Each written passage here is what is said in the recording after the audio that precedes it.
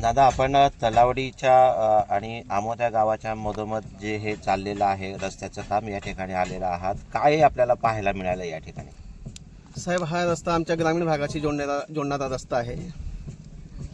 परंतु याची अवस्था बघितल्यानंतर आम्हाला सगळ्यांना एकत्र यावं लागलं का हा जो रस्ता आहे आमच्या जीवनामरणाशी जोडणारा रस्ता आहे, तालुक्याच्या ठिकाणी जाणारा रस्ता आहे. तर हे रस्ते कसे पाहिजे की रात्री बेरात्री आम्हाला आमच्या दवाखान्यात रुग्णवाहिकेला बोलवण्यासाठी आम्हाला हा रस्ता महत्त्वाचा आहे. आमच्या परिसरामध्ये बस, आमच्या इथं एक गाव आहे चिरडे म्हणून गाव आहे, गेले 75 वर्ष होऊन गेले तर बस गेलेली नाही. म्हणजे तिथले आमच्या या रस्त्याअभावी आमच्या पोरं शिकत नाही अशी अवस्था आहे. आणि या रस्त्याची काल परवापासून आम्ही बघतोय, हा रस्ता अत्यंत निकृष्ट दर्जाचा बनवत आहे.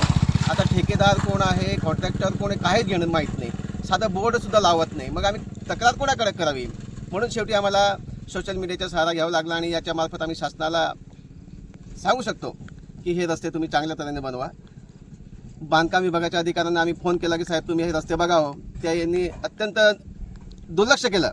म्हणून शेवटी आम्हाला हा रस्ता तुम्हाला दाखवावा लागला. आणि असे रस्ते बनत असताना हे तुम्ही आमच्या जीवाशी खेळतात. अधिकारी टेबलावर बसून काम करतात, साईडवर कधी फिरत नाही. त्यांचे साधे ठेकेदार कोण घेतो, ठेका कोण घेतो, काम कोण करतं, नुसतं लेबरांच्या भरवशावर काम सोडून चालले जातात हे लोक. म्हणून हा अत्यंत बोगस पद्धतीचा रस्ता बनतो आहे. म्हणून आम्ही शासनाला हा रस्ता चांगला बनवून द्यावा आणि आमच्या जीवाशी खेळू नका ही आम्ही विनंती करणार आहे. दवाखान्यात जाण्यासाठी रस्ते पाहिजे. विद्यार्थी इथं आमच्या शेजारी मसावत गाव आहे, मसावत शाळा आहे, तिथं जाण्यासाठी आम्हाला बस नाही, बस येत नाही. मुलं पायी जातात, रिक्षाने जातात. कधी कधी मोठे अपघात झाले, जीवितहानी अपघात मोठे झाले या रस्त्यावर. तर हे बंद झाले पाहिजे. म्हणून रस्ता आम्हाला चांगला पाहिजे. साधारणतः या तालुक्यात एक गाव आहे आमचे चिरडे म्हणून, हे सरपंच उभे आहेत, हे सगळे ग्रामस्थ चिरड्याचे आहे.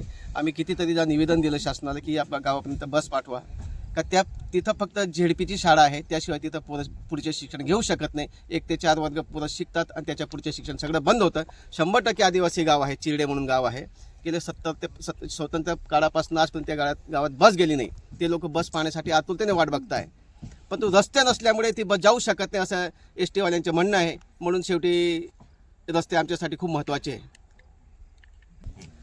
दुर्भाग्य असं आहे की हे रस्ते असे खराब असल्यामुळे रात्री बेरात्री आम्हाला गर्भवती महिलांना दवाखान्यात नेण्यासाठी, किंवा हा थोडासा डोंगराळ भाग असल्याने इकडं श्वापद बिमटे किंवा सर्पदंशाचे असे असंख्य प्रकारचे घडत असतात.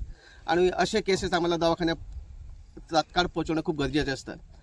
पण ते रस्त्याअभावी आमचे काही दगावतात पेशंट्स. तर अशी अवस्था या रस्त्यामध्ये होते. जे रस्ते बनत आहेत त्याबाबत आपलं समाधान आहे का? नाही, ह्या परिसरामध्ये जे ग्रामीण भागाचे जे रस्ते होतात ते हा एवढा रस्ता नाही. अजून जेवढे बी रस्ते होत आहेत त्या रस्त्याच्या बाबतीत आम्ही समाधानी आहोत. कारण की हे अशाच प्रकारे काम होत आहेत. कधी अधिकारी कधी साईडवर येत नाही, ते फक्त लेबर लोकांच्या भरवशावर काम सोडून चालले जातात. तर हे लेबर लोक कोणते टेक्निकली काम करतील? काय वाटतं, अटी शर्तीनुसार काम होते? नाही, तुमच्या शासनाच्या इस्टिमेट प्रमाणे हे रस्ते होत नाही. अत्यंत थूक लावून काय म्हणतात ते थूक लावून काम चिटकवण्याचे काम करतात हे अधिकारी लोक. पुढचं पाऊल काय असणार आहे आपलं? साहेब, या रस्ता जरा अधिकाऱ्यांनी साईडवर येऊन बघितला पाहिजे आणि नाही तर आम्ही हा रस्ता काम बंद करणार आहे.